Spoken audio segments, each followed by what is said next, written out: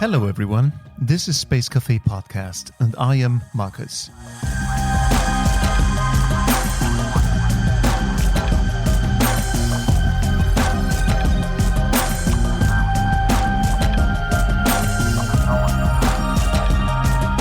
So is Germany preparing to revive its crippled auto industry, perhaps with a foray into space?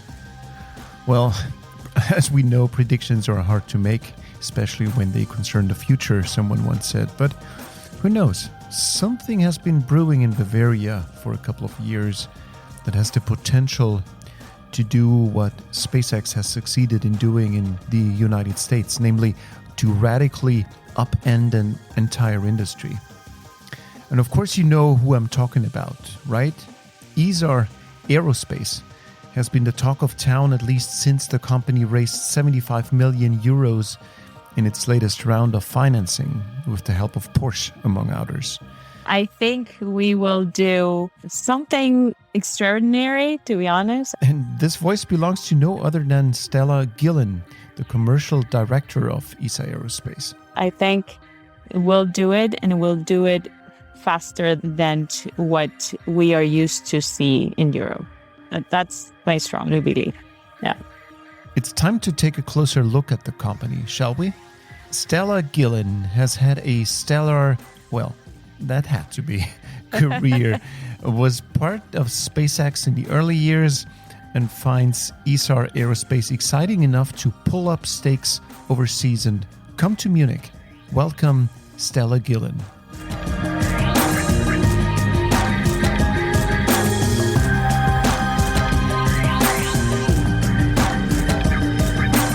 Stella, before we get going, you have some very serious biography to offer. I mean, like this, it seems like it's space only. I let me just fire this up again. This is very impressive. So let me just read this again.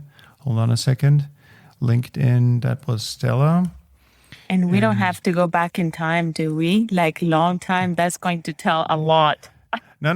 We're not going to be doing this. But let me just for the audience. So hold on, dear audience, fasten your seatbelts. Let's go back to 2004. So wow. SES, Intelsat was even 1995. Intelsat, then New Skies, Veristar, SES Americom, SpaceNet, Space Exploration Technologies, Space Flight Industries, Ariane Space, and now ISAR Aerospace. Seriously, you seem to have been born for the space thing, right? I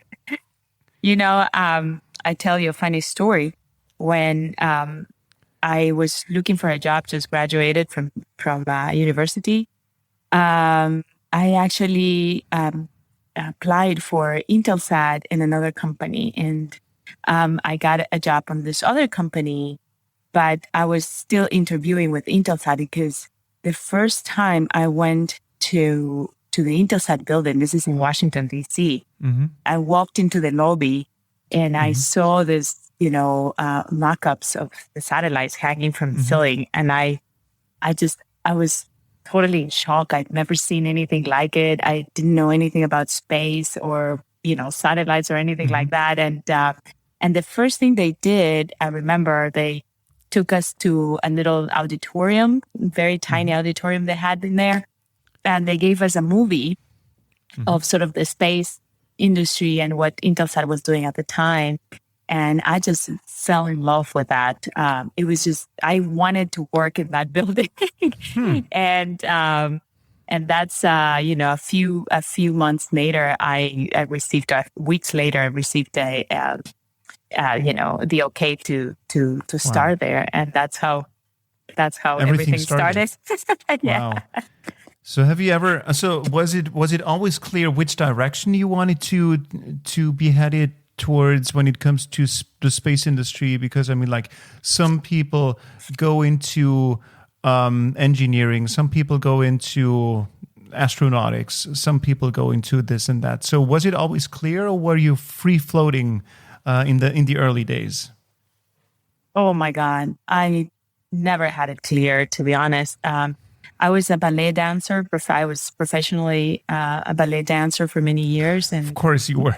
I mean, like, what else would you my do? Yeah. passion was dance. And when I was not doing great physically, I had a lot of issues with my knees and other things, and I was doing my master's, not my master's. I was actually thinking about doing a master's degree and in business. That's the other thing that kind of caught my attention back then. That I really didn't know where I was going, what to do. Pretty much lost, besides knowing that I wanted to dance. When dance was not there anymore, I had no idea what to do. And I started applying for jobs that were directed to international people, because I thought, okay, where can I use my languages? And, this is the thing that I have to offer. And at the time, Intelsat was an international organization.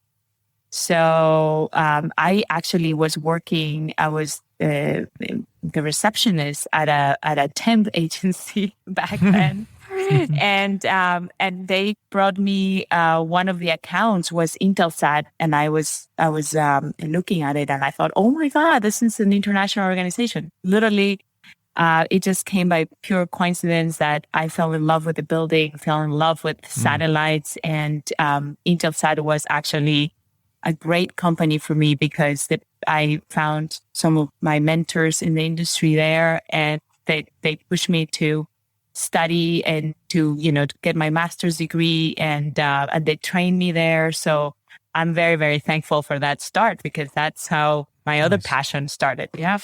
Nice. But no, I had no clue. No clue. So you just mentioned briefly that you wanted to find a place where you can make use of your languages. So what languages can you offer? So I was born in Peru. So I have Spanish, and my mother is Brazilian, and my father's Peruvian. Grew up in both countries. So Portuguese and Spanish were my languages besides English. So at the time, I wanted to be able to offer that. Yeah. Wow.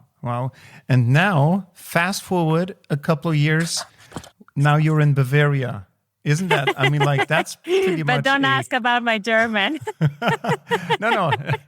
Is seriously, as an Austrian, I can say this, but the question is German spoken in Bavaria, or is this a different kind of language? So I'm entitled to say this, because we make fun of one another. But you're in Bavaria, you're in Munich, that is, and you're with ISAR Aerospace.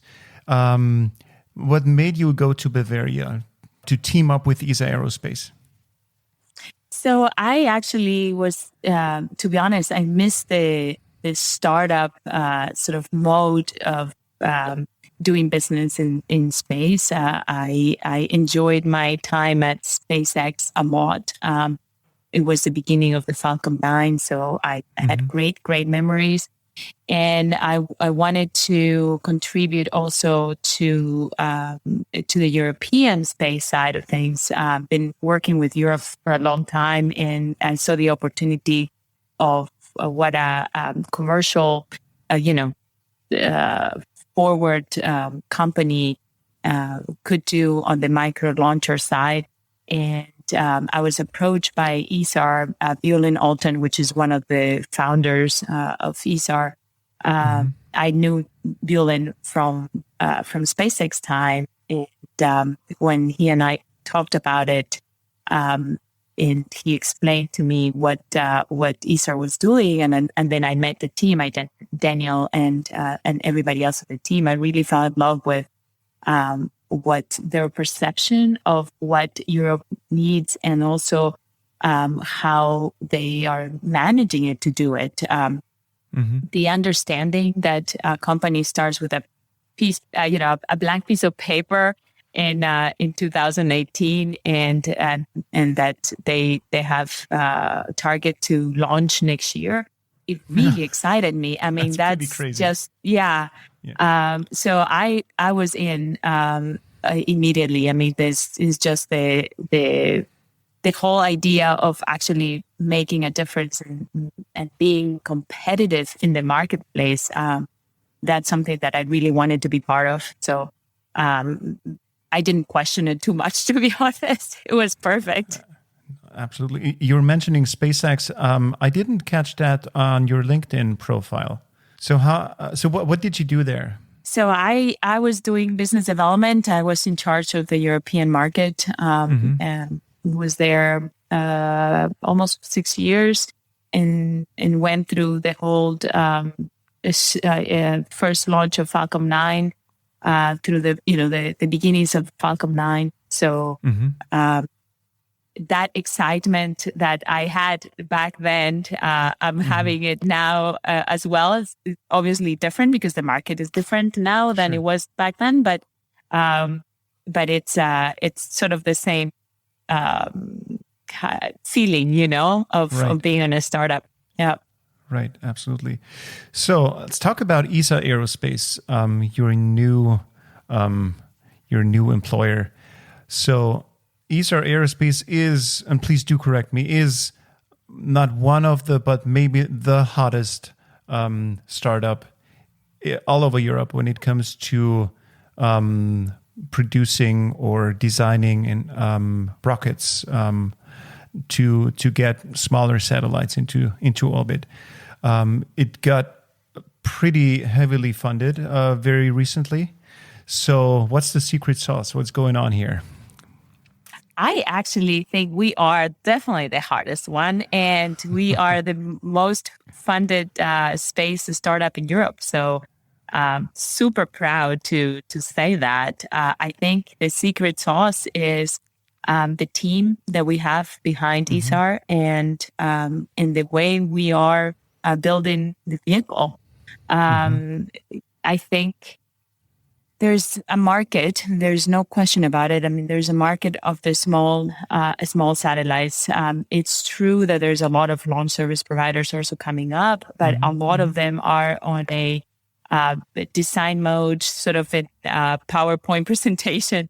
And the fact that we are so quickly from, like I said, from a blank piece of paper to building a factory and actually producing. I mean, anybody that visits our factory, it's wowed by it because it is real, and you can see, things coming out of that factory, equipment coming out. So I think that's the secret sauce, the fact that we are actually doing what we are set to do, and the team is amazing. I mean, very, very young team, but super smart and hardworking people. So I think that's definitely the secret sauce. So let's please do excuse that comparison, but let's say SpaceX is still the gold standard internationally when it comes to innovative rocket technology. So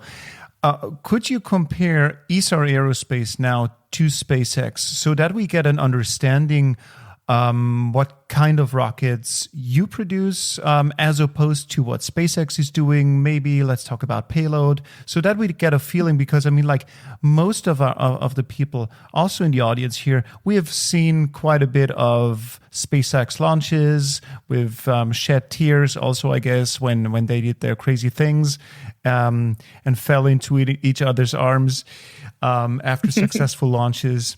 And unsuccessful launches, that is. So let's quickly try to compare ISAR Aerospace to SpaceX to get a feeling for what your company is all about. Sure. I think we are in the same position of sort of breaking the paradigms of the space industry in Europe as SpaceX did in the US, right? With ULA being the anchor launch service provider for the government there. We are in a similar position as Arianespace is the launch service provider in Europe right now, established, I should say. So in that comparison, we are kind of breaking that market right now. The way ISAR is pursuing the commercial market is it's very similar to what SpaceX did back in the U.S. in a few years ago. We are starting with the Spectrum, which is a vehicle that is 1 ton capacity to LEO. That's where we see the most immediate market, and also the way we could learn quickly on the vehicle and the system, right? So this is also kind of similar to what a Falcon 1 was back then. That actually, Falcon 1, the market was very similar, but it was too early for the market back then, and that's why it didn't progress. And then they went up to a Falcon 9. But on ISAR side, we believe that there is a market for a Spectrum, and also that will put us very quickly into the market, and then we can see where we go from there. But in that way, I think we are sort of similar.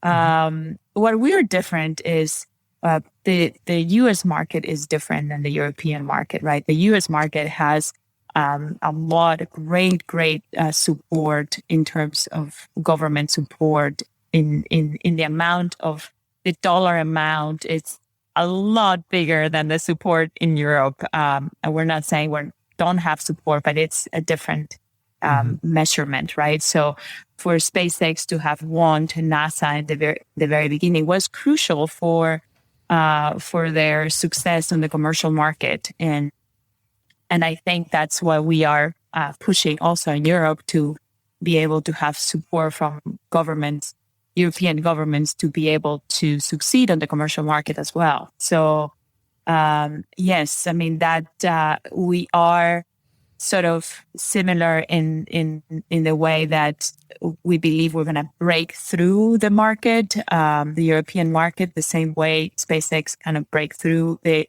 US market. But we are playing in a different field because it's a different time with a different constraints, let's say. We are also risk takers. So in that way, we're similar as well. We want to get to launch as quickly as possible. And obviously we're careful, and reliability, it's our primary goal. But we are doing everything to get to orbit as fast as we can. What else can I tell you about in terms of comparison, right? We want to, our goals are not just to reach the small satellite market, but to put a much bigger mark in space, in European access to space. In terms of future, we see a lot more than just survey the small satellite market. So yes, we want to take people to space one day. Yes, we want to go to the moon and beyond. All of that is in our sort of in our blood right now, right? So, but we have to start with Spectrum, and we believe that there is a market for that vehicle. So what is, in a nutshell, what is your business model at the moment? So right now our concentration is Europe, and we do want to make sure that every satellite built in European ground launches in a European launch service provider.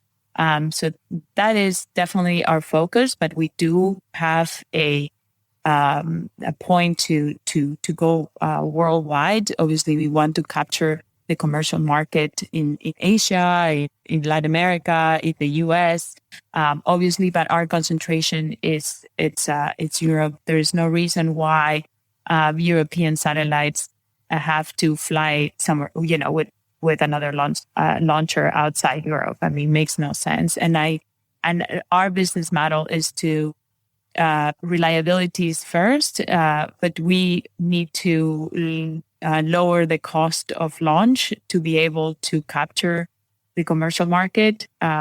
So we are doing everything possible on manufacturing techniques, or the way we are set up company-wide to be able to lower our cost as much as we can to be able to offer a much better price in the market for Europeans. Yeah. So when is the first launch scheduled? So we are actually our target is second half of next year. That would be a test launch. So there hasn't been any lift off whatsoever so far. No. So our test launch would be, we were lucky to, and very proud of this. We won the CSTS program, which is ESA and DLR funding provided was 11 million to capacity to be launched in Spectrum for the first 2 flights. So we have 150 kilogram aggregate payload to each flights, and that's where we are launching for the first demo flight. So demo 1 would be second half of 2022, and we'll see how that test goes to see when the next one will be. But hopefully 4 months later, we can launch the second one also with payloads. Actually, yesterday we announced there's an announcement of opportunity that was issued by DLR for payloads that would come under this program. So we could end up with 1 satellite, or we can end up with 10, 15 satellites, depending on how big they are. So we're very excited. This is free access to space for our customers, and we want to have the experience. We want to be able to launch payloads and to start this movement to break through. Yeah. At the moment, I take your very much still in garage style development mode, very top notch, of course, but I find it highly entertaining that you are testing your engines next to a farm in Bavaria, or at an old farm, that is, right? Sweden with a tractor right next to the shed, to the former cow shed. And you know what? There was a guy on social media who said that he is totally annoyed by your company because of the noise that you're making all the time when you're testing your engines. So this is, this is as cool as it gets, right? When you're setting something up in your world. Absolutely. And it has to happen, and we really need to get the support actually from the German government to be able to find the facilities and the right places to test. I mean, we are building from scratch a testing facility in Sweden, which is huge because normally it takes a long time, and we are actually that facility is ongoing already, and hopefully we'll be able to test from that facility pretty soon. So we have our production facility is very close to our headquarters. So it's not so much of a garage, I would say, not anymore. You should come to the production facility. It's actually pretty cool to see everything there. Yes, I was blown away when I saw the video you did from the production facility. I mean, this is international style technology that's going on. I would expect Elon Musk to walk past the camera. So, but this is completely top notch. What you guys set up here in Bavaria. So one of amazing. The coolest thing to do for me is I come here every month, right? I would say every 4 or 5 weeks I'm here. And the first thing I do is go to the factory, because it is amazing what you see every time. I mean, it gets fuller and fuller. It gets more exciting. It gets noisier. There's more people. There's more activity, more machinery. It's very, very cool to watch the growth. Yeah, absolutely. And then, we have that facility, which is 5 kilometers from where I'm seated right now, which is our offices. But then we have the testing facility also about an hour and a half. I haven't been there yet, but I will make it there probably the next trip. And then we have the Swedish facility. And then we signed the contract now with Andoya for the launch site, and that's activities that are starting right now. So we're excited to be launching from there as well. So Sweden, would that be Kiruna, where the Swedish have Kiruna, their yeah. launch? Okay. So speaking of launch site, Europe is launching out of French Guiana with the Ariane rockets. So where will you be launching? Out of Munich is, I think, not really possible. No, so we have a launch. We have agreement with Andoya, with Norway, to launch from there, and that would cover probably the SSO orbits flights, which are sort of the standard for the small satellites, and then we would love to launch from French Guiana as well. We're looking at a second launch site, so that would be great if we could launch from French Guiana. It would be perfect because that would take care of low inclination orbits, which is also a market that is coming up. So definitely, we would love to continue that and have a launch from there. So just out of curiosity, we had in a former show, we had the vice president of the Shetland Space Center on our show, and they have a launch site, or they're planning to have a launch site. And now there's one in Norway, there's one in Sweden. So how do you decide who to go with? Is it all about the money, or is it about the facilities, or what is it? Well, I think the first thing, looking at the market and what the market in terms of the different orbits, right? So ideally for us would be SSO access. So Norway, it's perfect for that. I think that that actually covers the most common orbit right now in the market.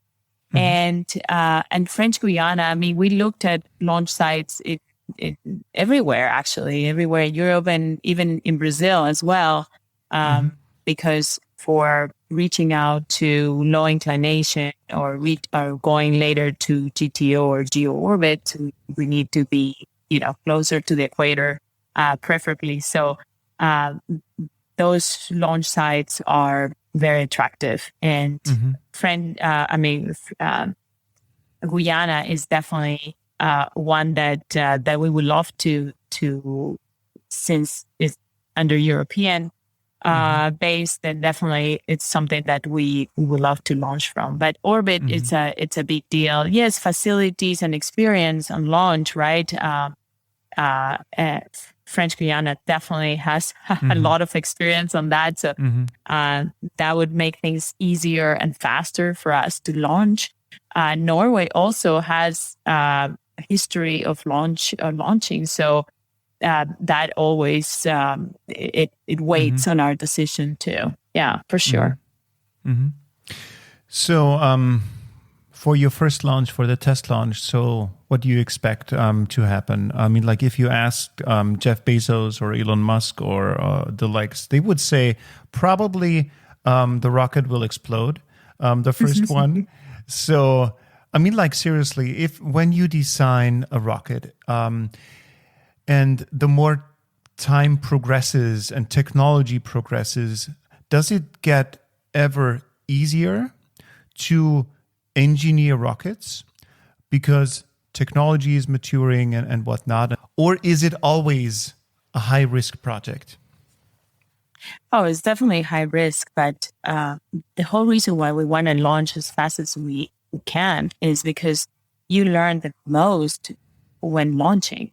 You can do all the testing in the world on the ground, and what you get from a flight, it's really, I mean, the differences. Yeah, exactly. I mean, so we want to get to launch and we want to learn. Yes, I mean, this is a very risky and very few companies or rockets, as you say, had made it the first flights being successful or with some minor anomaly. But obviously, we I shouldn't say expect, but it is prepare for a realistic exactly flight. Prepare for a normal, right, a normal Yes. circumstance, or but I think we need to do it. We need to we need to launch. We need to launch. We need to get experience in launching. We can't just sit on the ground and and wait until things are, because it never happens, right? Nothing is 100% perfect until you learn to from a launch. So I think yes, it is risky, and as we change and we upgrade and we it's always the risk of putting something new up. But I think it will get easier as planes got easier, and we don't question anymore the planes that we're getting in, if they're safe or not, if we're going to make it or not. I think we will get to that point. We'll get to the point where, and that's why we actually need to launch more frequently. This is the reason why I believe very strongly on ISAR, because the business model that we want is to be able to launch every month, if not every week. Every week. And wow. Yeah, absolutely. I mean, we need to get there. We need to get there so that it becomes unquestionable how safety and reliability of the vehicle. We need to get there, and the only way to do it is just by doing it, Sure. by launching. Sure. So I don't know if many of all of our listeners are aware of the fact that Germany does have quite a bit of a history when it comes to space and rocketry and rocket engine making. So of course that all dates back to Wernher von Braun, to the Saturn V development. Then there was a crazy story happening in Germany with OTRAC, where a guy was determined to set up his own rocket. And started launching it out of Africa. So that there's a beautiful story behind that, and I highly recommend watching that film. I think I don't know where it plays, somewhere, and just go look for the title, Fly Rocket Fly. Yes, yes. A beautiful and dramatic piece of history making.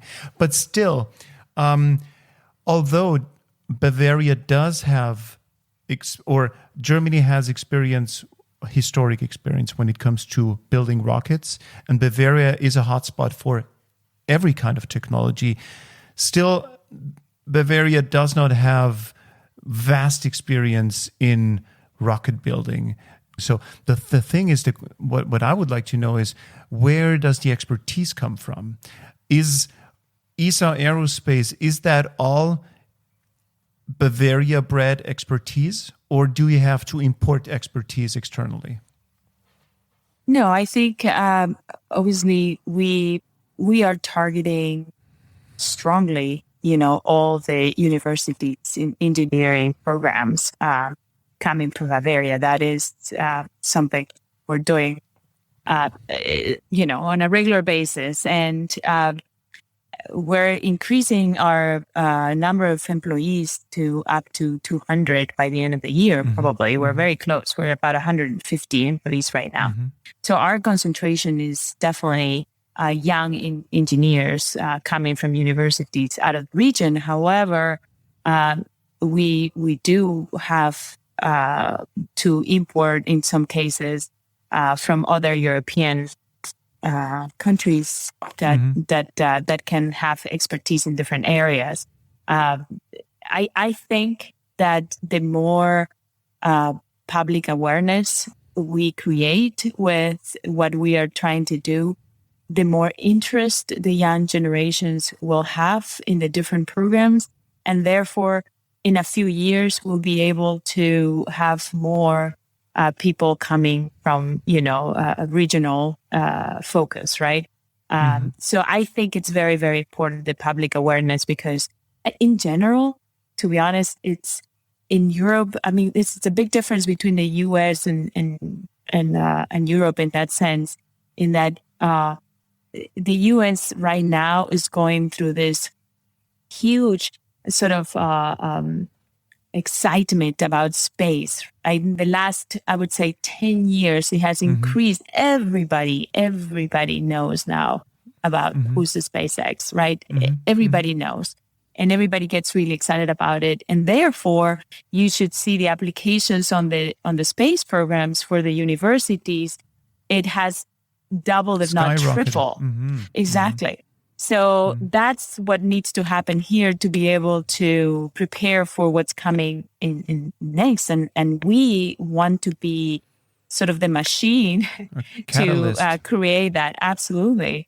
Because we need to, get to the young generation enthusiastic about what we're doing. And we, by launching and doing this, creating this momentum on space, that's how we are going to get the young generation excited. Sure. So where on the enthusiasm scale are you guys right now when it comes to inspiring younger generations?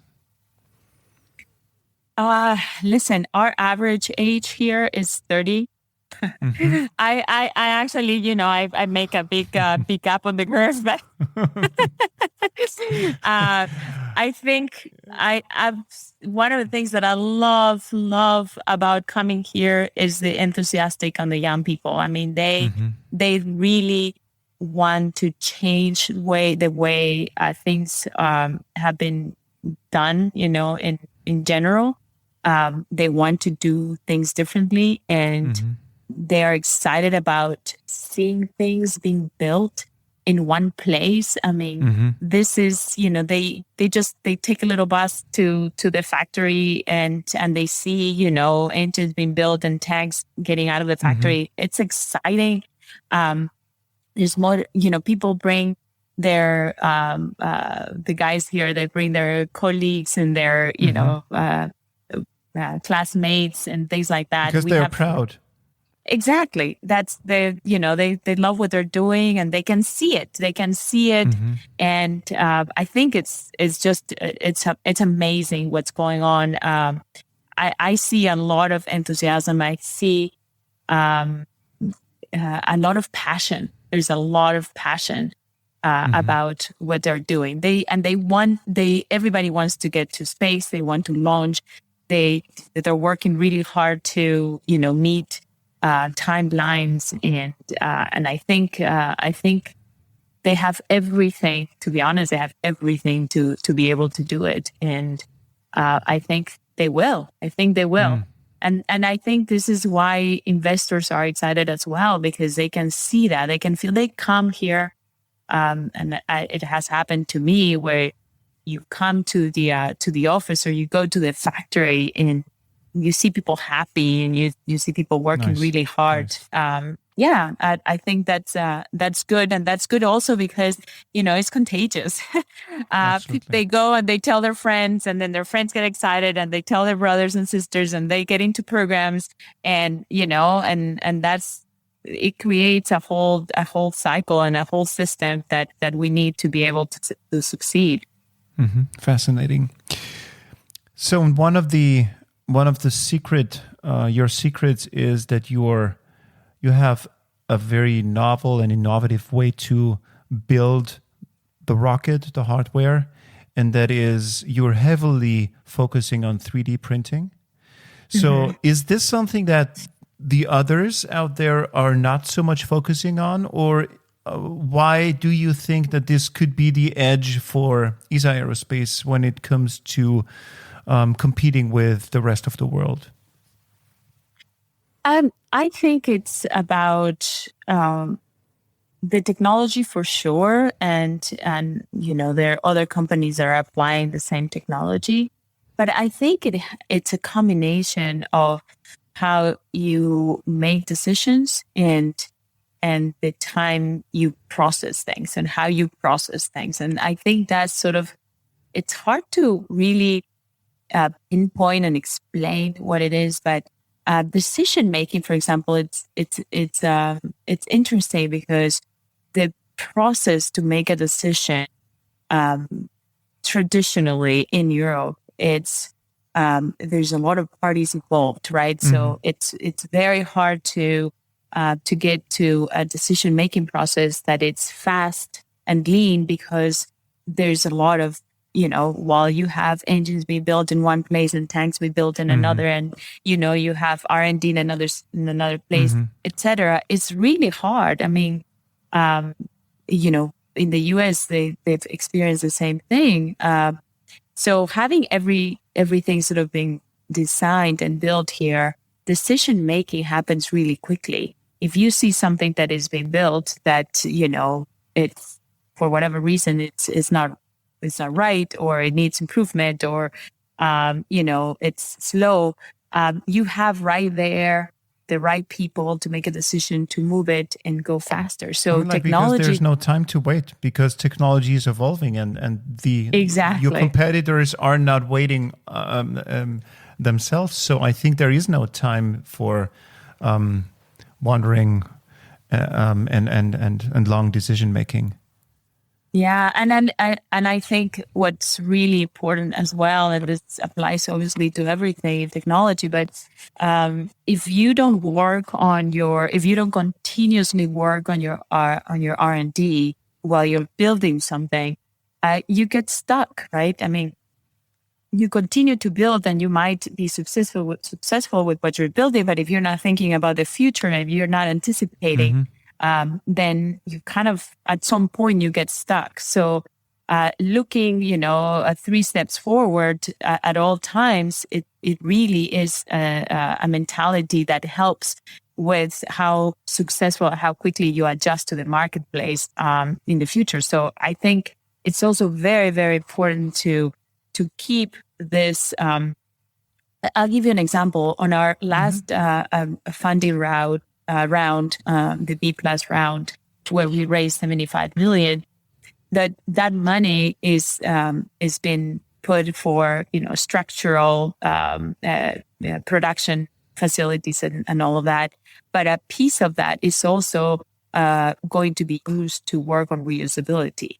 And that is not something that we need to have right at this second, and we don't need it for our first launch, but it's something that we need because we believe that, to be more competitive in the marketplace, we're going to have to take this frequency of launches in a serious mode, and to be able to reuse the vehicle, it's priority to be able to have that frequency. So that's going on, even though it's not something that we need to do when we need to have it right now to be successful on the launch side. So it's one of the things that I think, yes, 3D printing and other technologies will come along, but if you don't have if you cannot take the decision to move forward with certain technologies, certain ways of doing things, then you go nowhere. You can have the best technology in the world, but if you're not using it and you're not,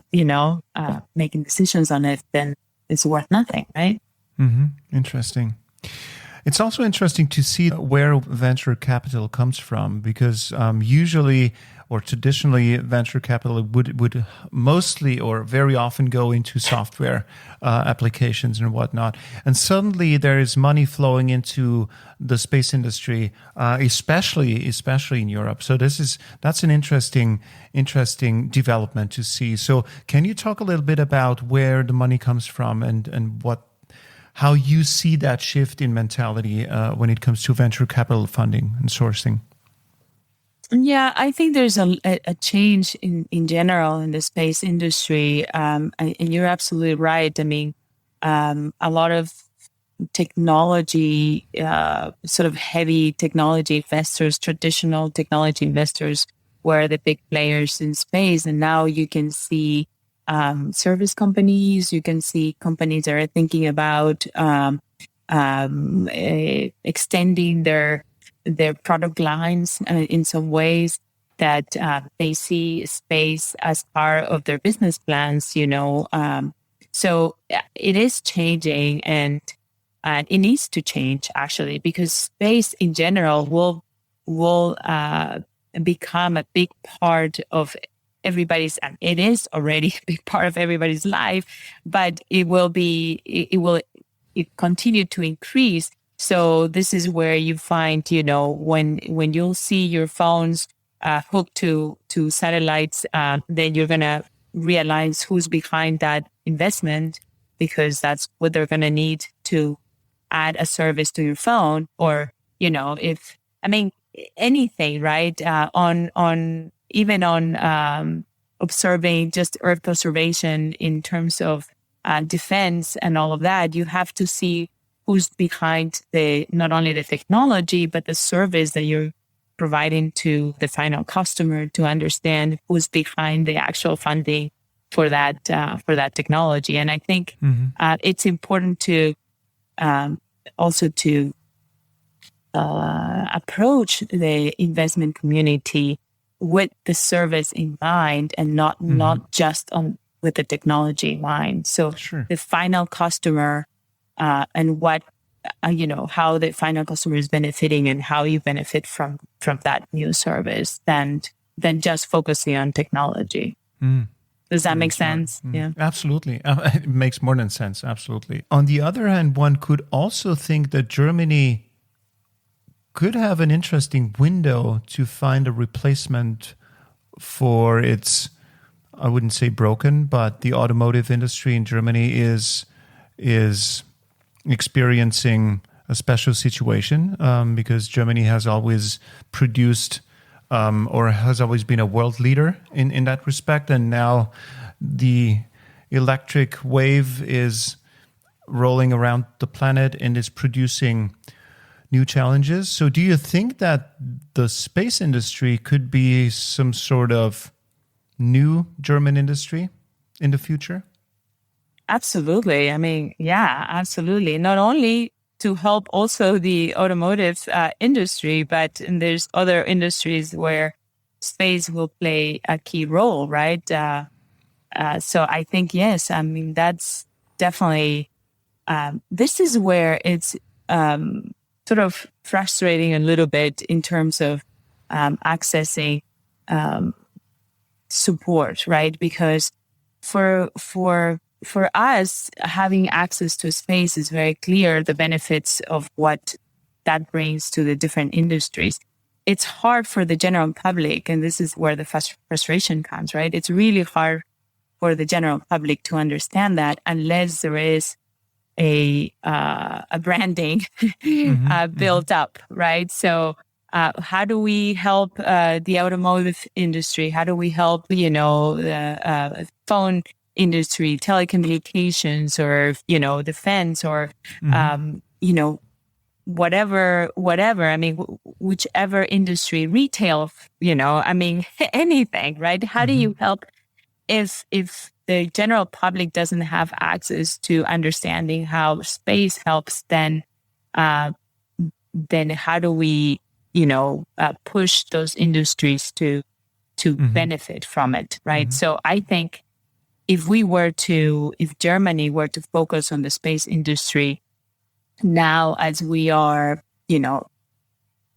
sort of, how do you say, launching this initiative on space in general, I think that once they support that, and they concentrate on making that big, every other industry will actually increase as well in their potential. But how do we change the focus, or how do we convince the government to put more emphasis in space, is only by branding in space in general, and making people understand the benefits of space in general. I do think that there is like what's happening in the US right now, right, in terms of people understanding the benefits in general. I think it needs to happen here as well. And not just not just the phone, which is the easiest part to understand for everybody, because everybody is hooked to a phone. But everything, medicine, everything we do. how do we make governments understand that by supporting space, they're supporting other industries? I'm sorry, Alexa. No, Alexa is talking to me right now that I have to water my flowers. That's great. Seriously. But, that's great. All right. That's a funny break. All right. Thank you, Alexa. But there's, of course, you mentioned a growing momentum when it comes to space services, and then you're planning on launching every week. There's the obvious question that needs to be asked: how do you deal with the space debris problem? So, is that something that is of no interest to you, because you're saying this is not my thing? I'm here to provide services to go into space, into orbit. But how do we deal with that? I mean, like, if you bring on a weekly basis stuff into orbit that produces perhaps questions and challenges. So how does an upcoming big player in the space industry deal with such a question? Yeah, I think there's different programs that we can help with. The more we help having access to space, we are also helping other technologies to flourish, right? So technologies, for example, for debris removal, we still need to put those technologies up in space to be able to remove space. So, I mean, I think we want to be a big player on that part of the market.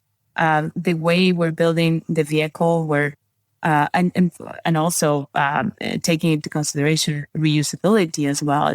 It's a big deal too, right? To decrease the amount of debris. Also, we are not creating any debris actually, because we're deorbiting our vehicles, so it's not debris per se. But we want to be a big player in debris removal, in helping other technologies to come in play to help with the debris situation, for sure. And I think that it's a launch service provider. It's absolutely essential for doing that, and that's how. And we want to also be part of how we see debris as well. So in terms of regulations and initiatives to companies that are helping in that area, we want to be facilitating that. You know what? Maybe this sounds stupid, but if you go on a boat, or whitewater rafting, you're forced to use a life vest, okay, by whoever you're doing the whitewater rafting tour with. Now, it could be interesting as a business model for ISAR Aerospace to say, for whoever wants to fly with us, your CubeSat people and whatnot, we will only take you if you're using our deorbiting life vest technology. Because I mean, like, that could be a huge incentive, considering awareness for space debris and considering awareness for sustainability. And maybe there's some technology that can just be piggybacking on a small CubeSat and help him deorbit whenever its time is ready. Yeah, I think this is when I say that we want to be, supporting some initiatives. This is exactly what I'm talking about. I mean, there has to be some sort of incentive, right, for those companies to. I give you an example, right? I mean, how about if you are a technology that is going to help remove some debris in space, you get to launch first, for example, right? Absolutely.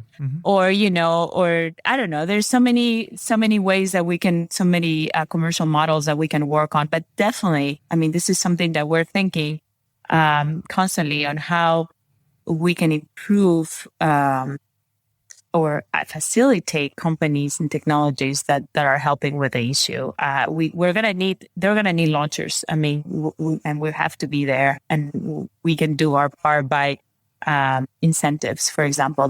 That's actually something we're thinking about. Nice. Stella, we are at the end of our beautiful conversation. We do have, though, a final question to ask. And this is a Space Cafe podcast, a coffee place, so to say. And in coffee places, people sometimes go to have an espresso to energize themselves. Now, let's have an espresso for the mind. So what is it that you would like to share as an espresso for the mind for our audience? I would say especially to the young people coming out of school, no idea is crazy idea. It's, every idea is, it should come with passion, and every idea is actually a positive thing, right? You're thinking about something that is not existence, therefore it's a good idea. So I think that not to be afraid to speak up and to say what you have in mind in terms of these crazy ideas. I think it's important. It's important because we can contain, how do you say this? You can contain people's wants or needs in terms of intellectual prosperity, right? In their heads, right? So if a young person comes out of school with something that it could sound completely out of this world, and you think it's crazy, and therefore you can't put it out there because you're afraid that they're gonna laugh at you, or that they're gonna. I would say that's only in one's mind. Put it out and go for it, because we need more of that. We need more of that. We need to stop being reactive and start being more proactive on creating things for the future. So I would encourage everybody to talk and say and present what they have in mind. Nice. You know what? The funny thing is, it took me now almost an hour to realize that your first name is Stella and you're in the space industry. Yes, big star. Well, my mom used to make a joke. So estrella, which is, star, can also, in Spanish, when you conjugate the verb estrellar, you can also make it sound like it bumps into something. You're estrellada. So that's what my mom used to say. You're not Stella, but you're estrellada, Right. Wonderful. Thank you so much for that extremely inspiring hour. Thank you so much, Stella. Thank you, Marcus. It's a huge pleasure. Appreciate it. Thank you so much, everyone, for being here today. And keep an eye out for the space guys and gals in Bavaria. That would be something if we in Europe could finally stand up to the Elons and Jeffs and Richards. I would like that. Go ISAR. Otherwise, I'd like to draw your attention to a few other things worth looking out for. The family of local space cafes, for example, is growing and growing. Scotland, Germany, Brazil, Australia. This is just the beginning. Jump over to the mothership on SpaceWatch.Global and see if there's something for you. Otherwise, I'm looking forward to next time. Stay tuned.